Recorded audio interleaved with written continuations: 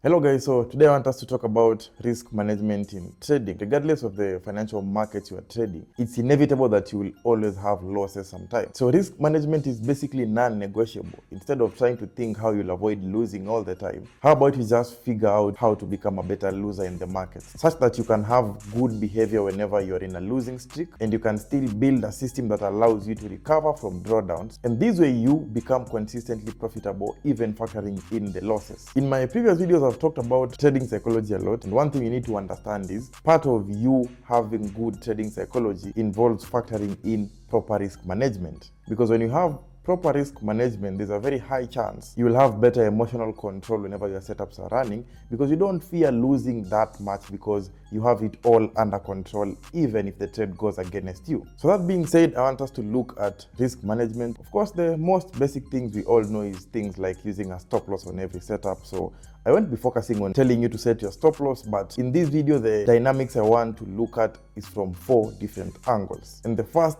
angle of risk management that I consider is you need to predetermine your risk before you execute any trade. Now, when I say predetermine your risk, I mean predetermine the exact dollar amount you are comfortable to lose on that setup. Because there are many traders who open a trade and they think they can just use any random lot size. But you need to make sure the setup you are taking, if it goes against you, you've already made peace with the fact that I'm going to lose this X amount of dollars on that trade. Also, when predetermining the dollar amount to lose, you want to make sure you look at your trading account balance versus what your data shows you in terms of the expected possible losing streak. And let me just give you an example.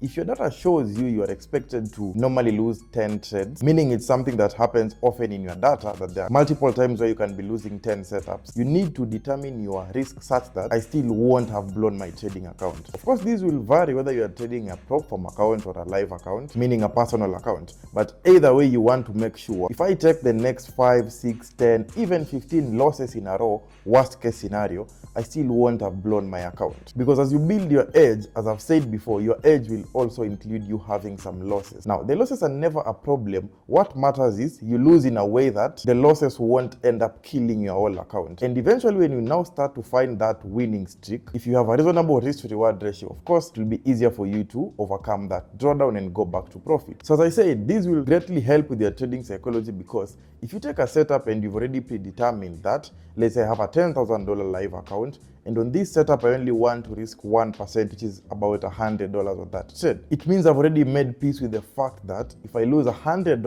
on that setup, it won't have made a lot of damage to my trading account, and I'm very comfortable with it. This will help you in the case that you find your trade is almost hitting your stop loss. Most of the time your emotions will want you to close it prematurely. It becomes easier for you to just let the probabilities play out and not focus on your emotions in the market. You can't say the same thing if you are risking too much. So I strongly believe if you predetermine the dollar amount for every setup before executing, it's very easy for you to even have better emotional control whenever the trade is running. As you've seen in my recent trade breakdowns, I've shown you a couple of setups where I've lost like $1,000 on my 100K account, and usually that's about 1% of my account. So you see, it's a loss I've already predetermined. And for me, how I determine my lot size before I take my trade usually is using the STINU app, which I have downloaded on my mobile phone, and I'll just walk you through it. So basically, when I go to my mobile phone and click on the STINU app, here you can see on the left menu we do have some settings, and you can determine whether you want to calculate your risk for your next trade under the position in terms of the lot size, units, or the mini lot. Myself, I use lot size. So once we set that,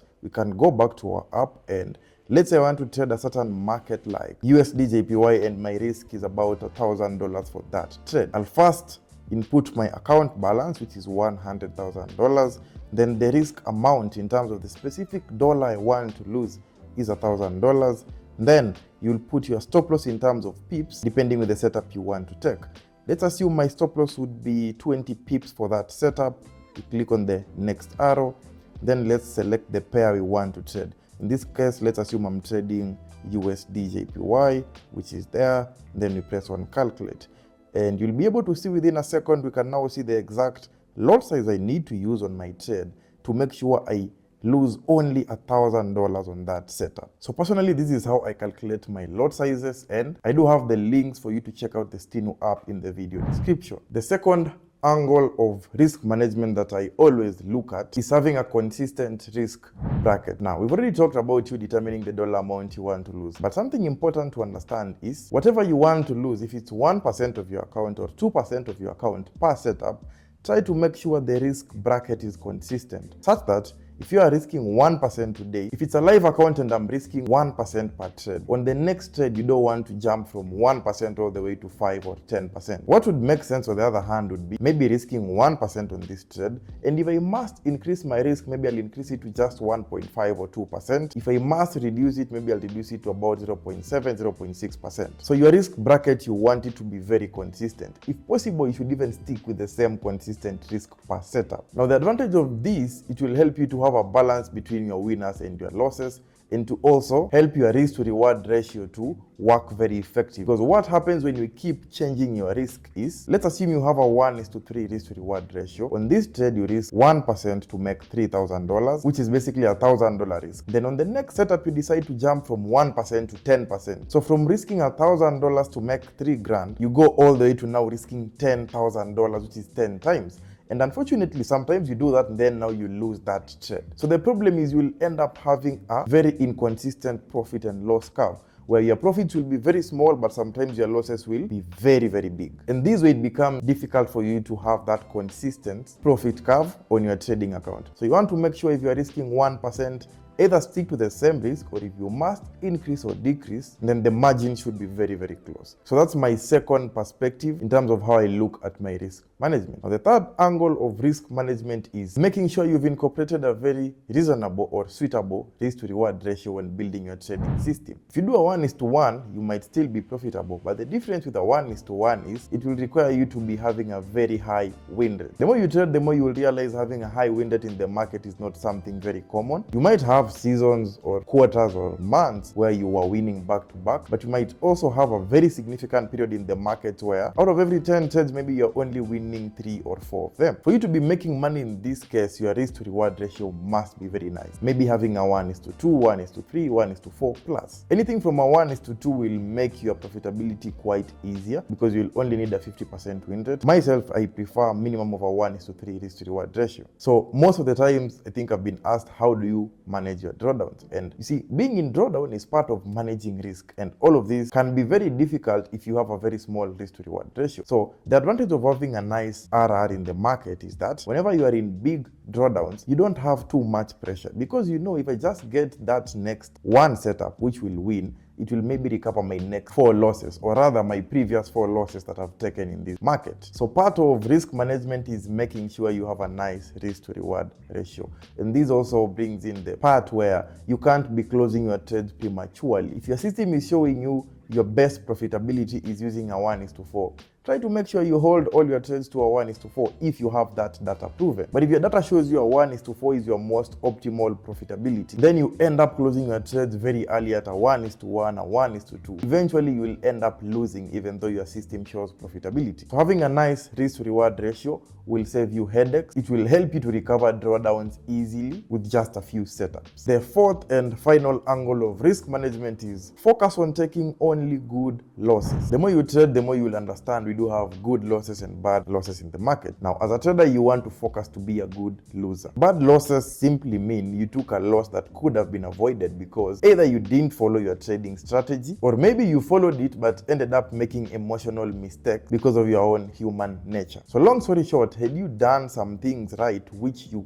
knew prior, you could have avoided that loss and it shouldn't have been counted as a valid loss in the market. So that's a bad loss. A good loss, on the other hand, is a loss which, if you look at it over and over, you see this is a setup that if it plays out in the market again, you would take it because there was nothing wrong at the time of execution. Meaning you followed your plan, it was a high quality setup per your system, and it's a trade you can take any day, anytime if you see it happening in the market because it's proven to have a long-term edge. So as a trader, you only want to make sure you are taking good losses. This will help you to manage your risk such that if I've taken 2 losses in a row, I want to look at all of them and ensure these are losses which are valid based on my system. Unfortunately, for most traders, usually find they take good losses, then they also add by taking bad losses. So you have maybe 2 good losses per your system, then you have an extra 2 or 3 or even 4 losses which are now bad trades. So in the long run, you end up saying things like, my strategy doesn't work, or when I was backtesting my system, it looked profitable on paper, but now when I'm applying it in the market, I'm struggling to make money. But it's because most likely when you were backtesting, it was assuming that you will take all the right setups. Then you go to the market and you start adding on to bad losers. So in my opinion, if you have all these 4 things factored in very effectively, I think you will have sorted out your risk management, whether you are trading a live personal account, whether you are trading a prop firm account. And this will assist you to also have your psychology in place and profit consistently in the market for a long period, go into drawdowns and still recover them confidently. And they help you to get to a point where you don't even fear losing that much,